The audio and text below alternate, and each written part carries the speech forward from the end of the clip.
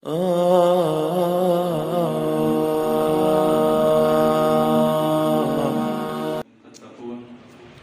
وقال النبي صلى الله عليه وسلم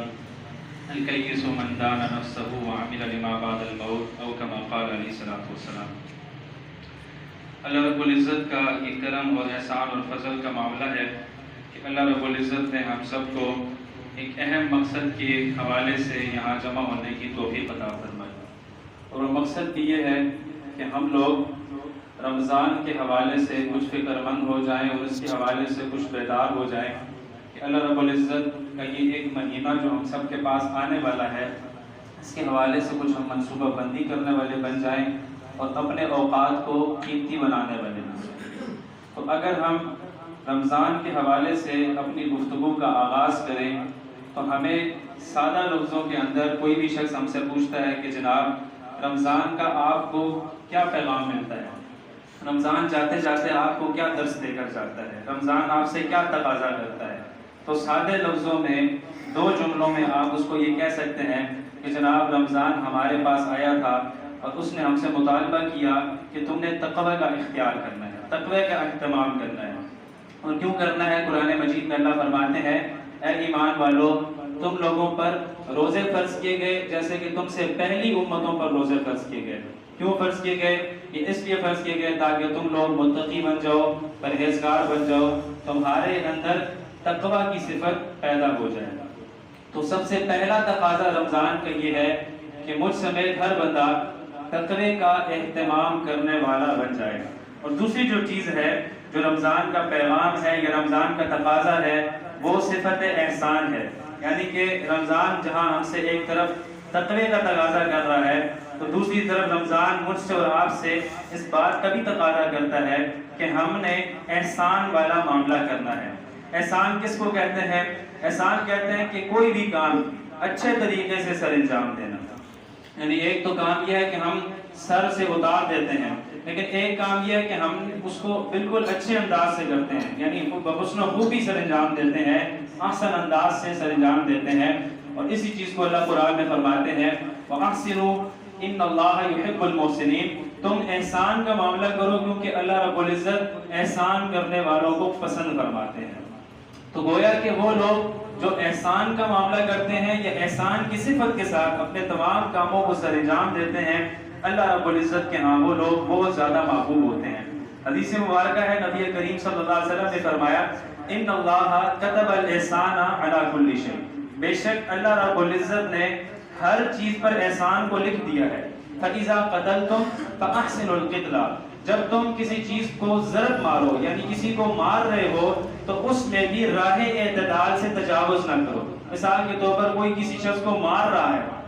اس کے ساتھ لڑائی جھگڑا ہو رہا ہے یا اس سے وہ اپنا بدلہ لے رہا ہے، تو اس بدلہ لینے میں بھی فرمان رسول صلی اللہ علیہ وسلم کے مطابق مجھے اور آپ کو یہ ہدایت اور یہ رہنمائی ملتی ہے کہ ہم نے راہ اعتدال سے تجاوز نہیں کرنا۔ اسی طرح آپ نے فرمایا فَإِذَا ذَبَحْتُمْ فَأَحْسِنُوا الذِّبْحَ، یعنی جب تم کسی جانور کو ذبح کرو تو اس میں بھی احسان کا معاملہ کرو، یعنی یہ نہ ہو کہ وہ جانور تڑپتا رہے اور اس کی جان کو یعنی بہت زیادہ تکلیف کا سامنا کرنا پڑا۔ تو گویا کہ دو چیزیں ہیں، ایک ہے رمضان کا تقاضا کہ ہم سب لوگ متقی بن جائیں،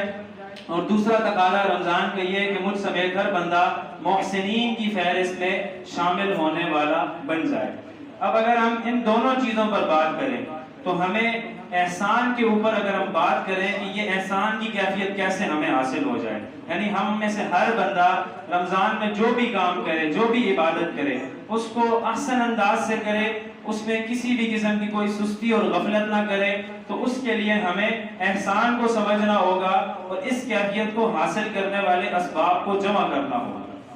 جب ہمارے پاس احسان کی کیفیت حاصل ہو گئی تو پھر لازماً لا محالہ ضرور بضرور ہمیں تقوی کی صفت اور تقوی کی جو صلاحیت اور کیفیت ہے وہ بھی انشاءاللہ تعالی حاصل ہو جائیں گی۔ اس گفتگو کو شروع کرنے سے پہلے اگر مجھ سمیت ہر بندہ اپنے سابقہ رمضان کا جائزہ لے تو اس کو پتہ چلے گا کہ ہمارے رمضان کا جو پہلا عشرہ ہوتا ہے اگر ہم اس کو گراف کی صورت میں پورے رمضان کو بنائیں تو اس کا گراف اس طرح بنے گا ایم کی شکل میں، یعنی کہ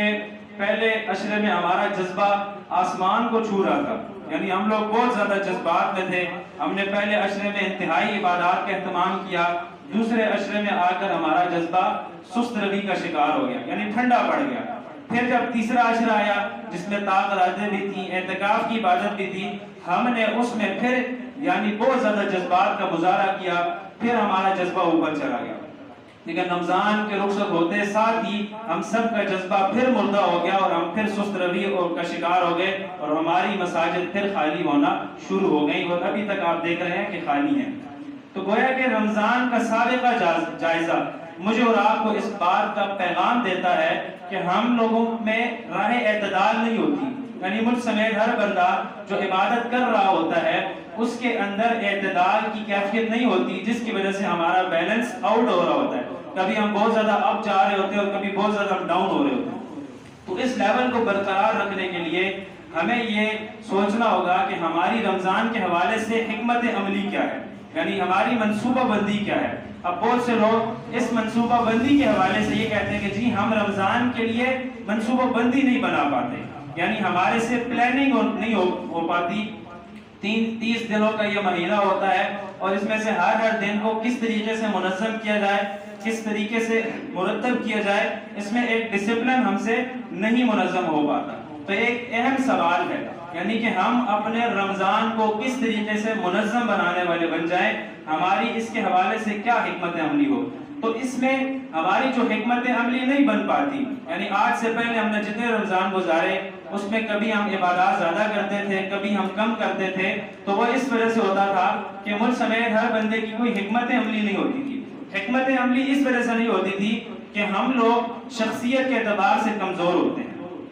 یعنی اگر آپ مجھ سمیت ہر بندہ اپنا جائزہ لے تو ہم میں کوئی نہ کوئی کمی ہوتی ہے, کوئی نہ کوئی کوتاہی ہوتی ہے. شخصیت کے اعتبار سے ہم لوگ کمزور ہوتے ہیں اور اس شخصیت کی تکمیل کے لیے اللہ رب العزت قرآن میں فرماتے ہیں یا ایھا الذین آمنوا قوا انفسکم واہلیکم نارا, اے ایمان والو تم اپنے آپ کو بھی اور اپنے اہل خانہ کو بھی جہنم کی آگ سے بچاؤ. تو کیا پیغام مل رہا ہے؟ اللہ اہل ایمان میں سے ان کی ذات کا سب سے پہلے خطاب کر رہے ہیں, یعنی آپ کی ذات کو سب سے پہلے مخاطب بنایا جا رہا ہے. اللہ آپ کو یہ پیغام دے رہا ہے کہ سب سے پہلے آپ نے اپنی اصلاح کرنی ہے. گویا کہ مجھ سمیت ہر بندے کی ذات کی طرف اللہ کا یہ پیغام متوجہ ہو جاتا ہے کہ ہم نے دوسروں کی فکر بعد میں کرنی ہے, پہلے اپنی فکر کرنی ہے. اور یہ ہمارے تبلیغ والے ساتھی بارہا یہ بات کہتے ہیں کہ پہلے اپنی اصلاح کرنی ہے اور اصلاح کے ساتھ دوسروں کو اطلاع بھی کرنی ہے. تو اس حوالے سے ہماری شخصیت کا کمزور ہونا رمضان کو کامیاب نہ بنانے کی وجوہات میں سے ایک وجہ ہوتی ہے. دوسری وجہ یہ ہوتی ہے کہ ہم پورے رمضان میں اکیلے چل رہے ہوتے ہیں, ہماری فیملی ہمارے ساتھ نہیں ہوتی. وہ ہے کہ آپ تو ماشاءاللہ بڑی عبادات کر رہے ہیں, تہجد کا اہتمام بھی کر رہے ہیں, لیکن جو آپ کے اہل خانہ ہیں ان میں سے آپ کی بیوی یا آپ کے بچے یا آپ کی والدہ یا آپ کی بیٹیاں, یہ لوگ عبادات میں آپ کے ساتھ نہیں جڑے ہوتے, جس کی وجہ سے آپ کا رمضان یہ مبارک نہیں بن پاتا آپ کی ذات کے لیے. تیسری چیز یہ ہوتی ہے کہ رمضان مجھے اور آپ کو اپنے اخلاق کو بہتر بنانے کے لیے آتا ہے کہ ہم لوگ اپنے اخلاق کو اچھا بنائیں. ہمارے اخلاق بھی رمضان میں اچھے نہیں ہو پاتے, جس کی وجہ سے رمضان ہم سے گزر جاتا ہے اور ہم اس میں عبادات کو بھی نہیں سمیٹ پاتے. اب سوال یہ پیدا ہوتا ہے کہ ہم لوگوں نے اپنے رمضان کو بہتر سے بہتر بنانا ہے, ہم نے اپنے رمضان میں عبادات زیادہ سے زیادہ کرنی ہے. اس کے حوالے سے جو سب سے پہلی چیز ہے اس کو جو اصطلاحات کے الفاظ میں کہا جاتا ہے وہ کیا کہا جاتا ہے؟ پرسنالٹی مینجمنٹ, یعنی شخصیت کو مکمل کرنے کے وہ کون سے عناصر ہیں جس میں ہم رمضان کو اپنے لیے بابرکت بنا سکتے ہیں یا بامقصد بنا سکتے ہیں. اب اگر آپ پورے رمضان کا جائزہ لیں تو اس رمضان کے مہینے میں آپ کی ایک شخصیت ہے, آپ کی ایک پرسنالٹی ہے, اور اس میں نبی کریم صلی اللہ علیہ وسلم کا ایک فرمان آپ کی طرف متوجہ ہو جاتا ہے, اور وہ یہ ہے کہ جب تمہیں کوئی برا بھلا کہے, تم سے کوئی لڑنے جھگڑنے کی کوشش کرے تو تم اس کو فوراً کہہ دو کہ میں روزے سے ہوں.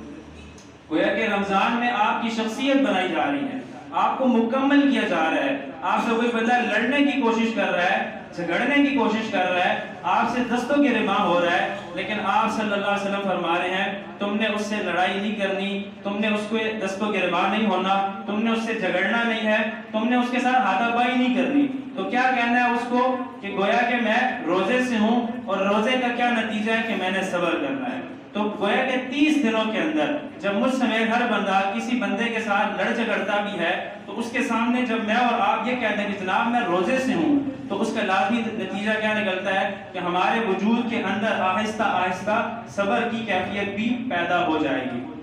تو شخصیت کی تکمیل کے لیے رمضان میں ہم نے یہ کوشش کرنی ہے کہ لڑائی جھگڑا نہیں کرنا۔ اگر کوئی آ جائے لڑائی جھگڑا کرنے کے لیے تو ہم نے اس کو کہنا ہے کہ جناب انی صائم، میں تو روزے سے ہوں۔ اور اسی طرح کچھ کام ہم نے کرنے ہیں رمضان کے مہینے میں، اور کچھ کام ایسے ہوں گے جو نہیں کرنے کے کام بہت ساری عبادات ہیں، عبادات کا طویل سلسلہ ہے، کچھ اجتماعی طور پر مل جاتی ہیں، جیسے تراویح کا ایک ماحول ہوتا ہے، اسی طرح تہجد بھی آپ حضرات پڑھ لیتے ہیں، روزہ بھی رکھ لیتے ہیں، لیکن اس کے علاوہ بہت ساری دیگر عبادات ہوتی ہیں جو آپ حضرات اس کو بھی انفرادی طور پر کر سکتے ہیں۔ یومیہ قرآن کی تلاوت ہوتی ہے، صدقات و خیرات کا اہتمام ہوتا ہے، ذکر و اذکار کا سلسلہ ہوتا ہے۔ تو گویا کہ یہ کام ہم نے کرنے ہیں۔ جو کام نہیں کرنے اس میں سب سے اہم جو چیز ہے کہ انسان اپنا وقت ضائع نہ کرے، یعنی رمضان کے مہینے میں ہمارا لمحہ لمحہ انتہائی قیمتی ہوتا ہے۔ اس میں اللہ رب العزت کی رحمت ٹھاٹھے مارتے ہوئے سمندر کی طرح برس رہی ہوتی ہے۔ تو گویا کہ ہم نے وقت اپنا ضائع نہیں کرنا، یہ وقت یعنی نصیب والوں کو ملتا ہے۔ بارہا ہماری زندگی میں رمضان آ رہا ہے اور پھر جا رہا ہے، لیکن ہم اس وقت کو کتنا قیمتی بناتے ہیں یہ اب میرے اور آپ کی ذات کا امتحان ہے۔ دوسری چیز یہ کہ جو نہ کرنے کا کام ہے، لڑائی جھگڑا نہیں کرنا، گالاں گلوچ نہیں کرنا، اسی طرح فحش جو گفتگو ہوتی ہے اس کا بھی انسان نے اس سے بھی اجتناب کرنا ہے۔ تیسری جو اہم چیز ہے کہ ہم میں سے اکثر لوگ غصے کا شکار ہو جاتے ہیں، تو غصے میں ہم نے حد اعتدال کو نہیں چھوڑنا۔ نبی کریم صلی اللہ علیہ وسلم کا یہ یعنی آپ کا طریقہ مبارک جو تھا، آپ کا جو مبارک طریقہ تھا، اگر کسی موقع پر آپ کو غصہ آ بھی جاتا تو آپ کا چہرہ مبارک سرخ ہو جاتا۔ حضرات صحابہ یہ سمجھ جاتے تھے کہ اللہ کے حبیب صلی اللہ علیہ وسلم کو ہمارا یہ عمل ناگوار لگ رہا ہے، اس وجہ سے وہ حضرات صحابہ جو تھے اس کام کو چھوڑ دیتے تھے یا اس سے اجتناب کر لیتے تھے یا کنارہ کشی کر لیتے تھے۔ تو ہم میں سے ہر بندے نے اس صفت کو اپنانے کی کوشش کرنی ہے کہ نبی کریم صلی اللہ علیہ وسلم غصے میں ایسا نہیں ہوتا تھا کہ بہت زیادہ کوئی ٹھاٹے مار رہے ہیں یا اور کسی یعنی بندے کے ساتھ دستوں کی ربا ہو رہے ہیں، ایسا کام نہیں کرنا۔ تیسری جو چیز ہے کہ خوشی کا اگر معاملہ آ جائے اس میں بھی ہم نے حد اعتدال سے تجاوز نہیں کرنا۔ بہت سے لوگوں پر جب خوشی آتی ہے تو وہ ایسے ٹھاٹھے مارتا ہوا قہقہہ لگاتے ہیں کہ گویا کہ پورا جو ماحول ہے ان کو پتہ نہیں چلتا، گویا کہ وہ اپنے سسٹم سے آؤٹ ہو رہے ہیں۔ تو اس میں اللہ کے حبیب صلی اللہ علیہ وسلم کا طریقہ ہمیں کیا ملتا ہے کہ اللہ کے حبیب صلی اللہ علیہ وسلم خوشی کے موقع پر بھی مسکراہٹ فرماتے تھے، یعنی آپ ایسے دانتوں کو کھلکھلا کر یعنی بہت زیادہ دانت آپ کے نظر نہیں آ رہے یا آپ کے وجود سے آواز نہیں آ رہی، تو اس چیز کا بھی خیال کرنا ہے۔ اسی کے ساتھ ایک اور اہم چیز ہے رمضان کو بامقصد بنانے کے لیے کہ ٹیم مینجمنٹ کی جائے۔ خود کام آپ کر رہے ہیں لیکن آپ کے ساتھ آپ کے اہل خانہ بھی شامل ہو جائیں۔ انسان بس اوقات ایسا ہوتا ہے کہ اکیلا مسافر بن کر چل رہا ہوتا ہے، لیکن کبھی کبھی اکیلا مسافر یا اکیلی بکری جب وہ ریوڑ سے جدا ہو جاتی ہے تو اس کو بھی آ کر بھیڑیا کھا جاتا ہے۔ تو اس لیے اجتماعیت کی بہت زیادہ اہمیت ہے۔ اسی کے ساتھ ایک اہم چیز کہ ہم لوگ اپنے رمضان کو بامقصد بنائیں یا اس میں زیادہ سے زیادہ عبادات کا اہتمام کرنے والے بن جائیں۔ اس میں ہیلتھ مینٹیننس، ہماری صحت کا بہتر ہونا بھی ضروری ہے۔ نبی کریم صلی اللہ علیہ وسلم کا فرمان ہے، آپ نے فرمایا المؤمن القوی خیر من المؤمن الضعیف، او کما قال علیہ الصلوۃ والسلام۔ آپ نے فرمایا کہ جو مضبوط مومن ہوتا ہے، جو صحت مند مومن ہوتا ہے، وہ اس مومن سے بہت بہتر ہوتا ہے جو کہ صحت کے اعتبار سے کمزور ہوتا ہے۔ اب رمضان کے ماحول میں ہم لوگوں کا کیا ہوتا ہے، ہم لوگ سحری بھی کرتے ہیں، افطاری بھی کرتے ہیں، اور افطاری کے موقع میں ہم لوگ اپنے معدے کا امتحان لے رہے ہوتے ہیں، یعنی دسترخوان پر اللہ رب العزت کی نعمتیں سجی ہوئی ہیں، پکوڑے بھی پڑے ہوئے ہیں، سموسے بھی پڑے ہوئے ہیں، اور اسی کے ساتھ چاٹ بھی پڑی ہوئی ہے، شربتوں کا ایک طویل سلسلہ ہے۔ یہاں سے ہم ایک سموسا اٹھاتے ہیں، پکوڑا اٹھاتے ہیں، حالانکہ ہمیں پتہ ہے ہمارا پیٹ بھر چکا ہے، لیکن باوجود اس کے کہ پیٹ کی بھرائی ہو چکی ہے، اوپر سے اور چیزوں کو چڑھایا جا رہا ہوتا ہے۔ اور اس کے بعد جب حضرت صاحب مسجد میں نماز پڑھنے کے لیے آتے ہیں تو اس میں بھی طویل ابتکار کا سلسلہ چلتا رہتا ہے۔ پتہ چل رہا ہوتا ہے کہ ماشاءاللہ ان کے گھر میں ایک اچھی افطاری کا اہتمام کیا گیا تھا۔ اس کے بعد جب آپ افطاری کر کے گھر جاتے ہیں تو پھر آپ کو ماشاءاللہ سے نیند آنا شروع ہو جاتی ہے، اور پھر یہی جو اونگ کا سلسلہ ہوتا ہے یہ تراویح میں بھی پھر جاری و ساری رہتا ہے۔ تو ہیلتھ کے اعتبار سے ایسی غذا کا استعمال کیا جائے کہ جس سے ہمارا معدہ متاثر نہ ہو یا بہت زیادہ مریض نہ بن جائے۔ انٹلیکچوئل گرومنگ، یہ بھی ہمارے یہاں ایک اہم چیز ہوتی ہے کہ ہم لوگ رمضان تو گزار رہے ہیں، لیکن رمضان ہمارے پاس آیا تھا ایک اس کو بامقصد بنانے کے لیے۔ اس میں ہم نے کتنی زیادہ اپنی معلومات میں اضافہ کیا، یعنی دین کے اعتبار سے ہمارا لیول کتنا اوپر گیا۔ تو معلومات میں اضافہ کرنا یہ بھی ایک انتہائی اہم چیز ہے رمضان کو بامقصد بنانے کے لیے۔ اس میں آپ کیا کر سکتے ہیں، آپ قرآن پاک کی مستند تفاسیر کا مطالعہ کر سکتے ہیں۔ ایسی تفاسیر جو لکھی گئی ہیں، اس میں شیخ الاسلام مفتی محمد تقی عثمانی صاحب کا آسان ترجمہ قرآن ہے، اگر وہ دستیاب ہو تو آپ اس کو پڑھ سکتے ہیں۔ انتہائی مستند ہے، آسان طریقے سے آپ اس کو پڑھ سکتے ہیں، ترجمہ بھی آسان ہے، عام فہم ہے۔ اسی کے ساتھ اگر آپ پورا قرآن کا ترجمہ نہیں پڑھتے تو آپ منتخب صورتوں کا پڑھ لیں، آخری 10 صورتوں کا پڑھ لیں، یعنی رمضان میں یہ عزم کریں کہ میں نے آخری 10 صورتوں کا ترجمہ پڑھنا بھی ہے، سمجھنا بھی ہے اور ان کی تفسیر کو بھی دیکھنا ہے۔ اسی طرح حدیث کا مطالعہ کیا جائے، حدیث کی بہت سی مستند جو کتابیں ہیں ان کا بھی مطالعہ کیا جا سکتا ہے۔ تیسری چیز ہے فقہ کے مسائل کو سمجھنا، نماز پڑھتے ہیں، زکوٰۃ دی جاتی ہے، اسی طرح روزے کے مسائل ہیں، اور بھی بیشتر ہمارے مسائل ہے تجارت کے حوالے سے، ان مسائل کو سمجھنے کی کوشش کی جائے۔ چوتھی جو چیز ہے، آج کا دور پرفتن دور ہے، فتنے اور فساد کا دور ہے۔ اس میں ہمارے پاس موبائل بھی ہے، ٹی وی بھی موجود ہے، لیکن اس ٹی وی کے معاملے میں ہوتا ہمارے پاس کیا ہے کہ اس ٹی وی چینل کو بہت سے کاروباری لوگ یا رمضان کو یعنی کوئی ایک سیزن بنا لیتے ہیں، اور اس میں وہ لوگ آ کر رمضان میں ٹی وی چینلز پر بیٹھ جاتے ہیں جن کا سال کے 11 مہینے دین سے کوئی لینا دینا بھی نہیں ہوتا۔ تو گویا کہ آپ چوتھی چیز جس کے ذریعے سے اپنی معلومات میں اضافہ کر سکتے ہیں وہ ایک یہ بھی ہے کہ آپ مستند علماء کے بیانات سنیں، یعنی مستند علماء کے بیانات کو سننے کا اہتمام کریں، اور اگر آپ اس کو کر سکتے ہیں تو انشاءاللہ اس سے آپ کو فائدہ ہوگا۔ یعنی کہ یہ عزم کریں کہ ہم نے جو ٹی وی کی جو ٹرانسمیشنز ہوتی ہیں اس کا بائیکاٹ کرنا ہے، اس کو دیکھنا بھی نہیں ہے، اس کو لگانا بھی نہیں ہے، اور اس کو دوسروں کو اس کے بارے میں بتانا بھی نہیں ہے۔ اسی کے ساتھ اسپرچل گرومنگ، یعنی جو ہماری روح ہے یہ اس کی بھی ایک غذا ہے، جس طرح ہمارا ایک ظاہر ہے، یہ ہمارا جسم ہے، اس کی غذا کیا ہے کہ اس کو کھانا دیا جائے، اس کو پانی دیا جائے، اس کو اچھی سے اچھی اگر بیمار ہو جائے تو اس کا علاج کیا جائے۔ تو اسی طرح ظاہر کے ساتھ ہمارا باطن ہے، اس باطن کو بہتر بنانے کے لیے روحانی حیثیت کو بہتر بنانا، گناہوں کو چھوڑنا، نیکی کی طرف آنا اور نیکی کے اعلیٰ درجے پر چلے جانا، یہ ہمارا رمضان کا ایک تقاضا ہوگا۔ اسی کے ساتھ اب ہم لوگ اس طرف آتے ہیں کہ اس رمضان کو ہم لوگوں نے کس طریقے سے مرتب کرنا ہے۔ یہ ساری چیزیں تو ہم نے ذکر کر دی کہ ہم نے ٹیم مینجمنٹ بھی کرنی ہے، اپنی شخصیت کو بہتر بنانا ہے، فحش گوئی بھی کرنی ہے، لیکن ان تمام چیزوں کے لیے ہمیں کرنا کیا ہے؟ سب سے پہلی چیز یہ ہے کہ آپ کو ایک نظم الاوقات ابھی جیسے ہم دیں گے اس میں ایک نظم بنایا گیا ہے، خاص طور پر وہ ان لوگوں کے لیے ہوگا جو کہ ملازم پیشہ طبقہ ہے، یعنی جو ملازمت کرتے ہیں صبح 8 یا 9 بجے سے لے کر دن 1 یا 2 بجے تک، جب ان کا یہ سلسلہ جاری رہتا ہے تو اس میں ان کی ایک زندگی ایک نظم میں آ جاتی ہے۔ تو اس حوالے سے سب سے پہلی چیز یہ کہ آپ نے اپنی زندگی کا ابھی جو آنے والا جو رمضان کا مہینہ ہے اس میں ایک شیڈیول بنانا ہے۔ اس میں جب آپ کا شیڈیول بن جائے گا کہ جناب مثال کے طور پر ہمارے پہلا روزہ جو بند ہوگا وہ 4:14 پر بند ہوگا، تو اب اگر آپ نے تہجد کے لیے اٹھنا ہے تو وہ اگر آپ یہ سوچتے ہیں کہ میں نے 3:15 بجے تہجد کے لیے مصلی پر کھڑا ہو جانا ہے تو اس کے لیے آپ کو 3 بجے اٹھنا پڑے گا، کیونکہ آپ نے وضو بھی کرنا ہے، بیت الخلاء بھی جانا ہے۔ یہ ساری چیزیں کرنے کے بعد آپ تب 3:15 بجے اپنے مصلی پر پہنچ سکیں گے۔ اگر آپ نے 3:15 بجے اٹھ کر وضو کیا، آپ نے باقی سارے معاملات کیے، تو پھر آپ 3:15 بجے نہیں پہنچیں گے بلکہ 3:30 بجے پہنچیں گے۔ تو اس لیے وقت پر اٹھنے کا یا وقت پر اپنے سارے کاموں کو مرتب کرنے کا اہتمام کرنا، یہ بھی ہمارے لیے انشاءاللہ اس سے ہمارا رمضان کارگر ہو جائے گا۔ دوسری جو چیز ہے کہ ہم لوگ بہت سے ایسے کام کرتے ہیں جو ہماری عادت بن جاتی ہے۔ رمضان میں جیسے ہماری عادت ہم نے تراویح پڑھنی،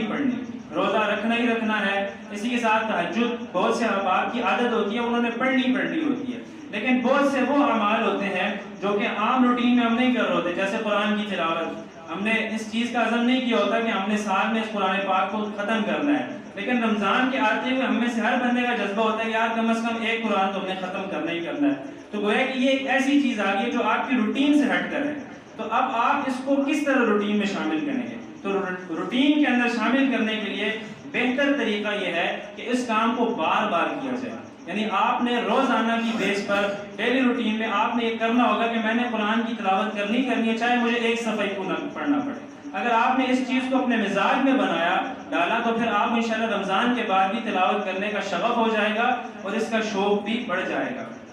اسی کے ساتھ ایک اور چیز یہ ہوتی ہے کہ آپ اپنی عبادات کے اندر تنوع رکھیں. یعنی ایک ہی کام کو بار بار نہ کریں. جیسے بہت سے حضرات قرآن مجید کی تلاوت جب کرنے کے لیے بیٹھتے ہیں، قرآن اللہ کی کتاب ہے، یہ نہیں کہا جا رہا کہ اس کی تلاوت سے انسان کو ایک عجیب سی کیفیت ہو جاتی ہے، لیکن یہ ایک تجربہ ہے. تجربے سے یہ بات ثابت ہے کہ انسان پر اونگ آ جاتی ہے، انسان تلاوت کرتے کرتے سونے لگ جاتا ہے. تو اس کی کیا وجہ ہوتی ہے کہ ہم ایک ہی عمل کو بار بار کر رہے ہیں. آپ نے قرآن پاک کی تلاوت کوئی 2 گھنٹے تک جاری رکھا ہوا ہے، تو آپ ایسا کر سکتے ہیں 20 منٹ 25 منٹ آپ ایک پارہ پڑھے اور اس کے بعد آپ تسبیح لے کر بیٹھ جائیں، تھوڑی دیر کے لیے درود شریف پڑھ لیں، استغفار کر لیں یا اور کلمہ وغیرہ پڑھ کر اپنی عبادات کو چینج کر لیں. چینج کرنے سے بھی آپ کا جو وقت ہے وہ قیمتی بن جائے گا. اسی کے ساتھ اجتماعی ماحول کا اہتمام کیا جائے. بس اوقات ایک بندہ اکیلا بیٹھا ہوتا ہے تو وہ اکتاہٹ کا شکار ہو جاتا ہے، لیکن جب وہ کام ایک اجتماعی طور پر کیا جا رہا ہوتا ہے تو اس کی وجہ سے برکت ہو جاتی ہے اور اس کام کو کرنا بھی آسان ہو جاتا ہے. یہ چند چیزیں آپ کے سامنے ذکر کی ہیں. اسی کے ساتھ ایک اہم چیز یہ ہے کہ جب ہم ان چیزوں کا اہتمام کریں گے، جیسے کہ ہم نے وقت سے پہلے اٹھنا ہے، اسی طرح عبادات میں ایک ہی عبادت کو بار بار نہیں کرنا، اس میں چینج بھی لانا ہے، اور اسی کے ساتھ اجتماعی ماحول کا اہتمام کرنا ہے، تو ان سب چیزوں میں ہم نے ایک اور چیز کا خیال بھی کرنا ہوگا کہ ہمارا ان چیزوں کو کرتے ہوئے ہمارا رویہ کیسا ہے. یعنی میرے وجود سے جو میں اعمال کر رہا ہوں اس کے ساتھ ساتھ میں آیا کہ اپنے اندر کوئی تبدیلی بھی لا رہا ہوں یا نہیں لا رہا. یعنی میرے غصے کا لیول کم ہوا یا نہیں ہوا، یا میں اپنی زبان میں جو غلط استعمال اس کا کرتا تھا، کیا میں نے اپنی زبان کو بری باتوں سے اجتناب کرنے کی کوشش کی یا نہ کی. جیسے کہ غصے کے بارے میں ایک چھوٹا سا واقعہ یہ آتا ہے، حضرت ابوبکر صدیق رضی اللہ تعالیٰ عنہ کے ساتھ ایک بندہ بیٹھا ہوا تھا، آپ کو برا کہہ رہا تھا، آپ کو بری باتیں آپ کے ساتھ کر رہا تھا، یا آپ کے ساتھ ایک غلط الفاظ کا استعمال کر رہا تھا. تو آپ رضی اللہ تعالیٰ عنہ وہاں پر بیٹھے ہوئے تھے اور اللہ کے حبیب صلی اللہ علیہ وسلم بھی بیٹھے ہوئے تھے. تو آپ رضی اللہ تعالیٰ عنہ کافی دیر تک خاموشی کے ساتھ اس کی باتوں کو سنتے رہے. معاملہ یہ ہوا بہت دیر خاموش رہنے کے بعد آپ بھی اس شخص کا جواب دینے لگے. تو اللہ کے حبیب صلی اللہ علیہ وسلم نے فرمایا کہ اے ابوبکر، جب تک تم خاموش تھے تو اللہ رب العزت نے ایک فرشتے کو تم پر مسلط کیا ہوا تھا جو تمہاری طرف سے اس کا جواب دے رہا تھا، لیکن جب تم نے جواب دینا شروع کر دیا وہ فرشتہ خاموش ہو گیا اور اس نے جواب دینا بند کر دیا. تو ایسے موقع پر کتنی ہماری زندگی کے اندر ایسے مراحل آتے ہیں جب مجھ سمیت ہر بندے کے ساتھ ایسا معاملہ آتا ہے کہ غصہ آ گیا، تو ہم نے یہ کہنا ہے کہ ہو سکتا ہے اللہ رب العزت میرے لیے بھی ایسے فرشتے کو مقرر کر دے جو میری طرف سے اس بندے کو جواب دے گا. اسی کے ساتھ یعنی ہم نے ہر بات کا جواب نہیں دینا. اگر کوئی بندہ کوئی بات کہہ رہا ہے تو کہتا جائے، وہ چلتا بنے. ہم نے اس کی بات کو سننا ہے اور ایک کان سے سن کر دوسرے کان سے نکال دینا ہے. تو حضرات، یہ آپ کے سامنے مختصراً چند چیزوں کو ذکر کیا ہے. یہ ایک طویل نشست ہے جس کو حضرات 3 دن میں کرواتے ہیں. اس چیز کو بطور ورک شاپ کے 3 دنوں کے اندر کرواتے ہیں. ہم نے بھی اپنے اساتذہ سے یہ چیز سیکھی. آپ حضرات کو 2 لفظوں میں یہ سمجھا رہے ہیں کہ یہ تقویٰ رمضان کا ایک پیغام ہے. رمضان آپ سے تقاضا کر رہا ہے کہ ہم نے متقی بننا ہے، اور اسی کے ساتھ ساتھ صفت احسان، ہر کام کو بحسن و خوبی سر انجام دینا، یہ رمضان کا تقاضا ہے. اچھے طریقے سے انسان نے تراویح پڑھنی ہے، اچھے طریقے سے روزہ رکھنا ہے، روزے میں فحش کوئی نہیں کرنی. ان تمام چیزوں کا اہتمام کرنا ہے. یہ شیڈیول کچھ بنائے گئے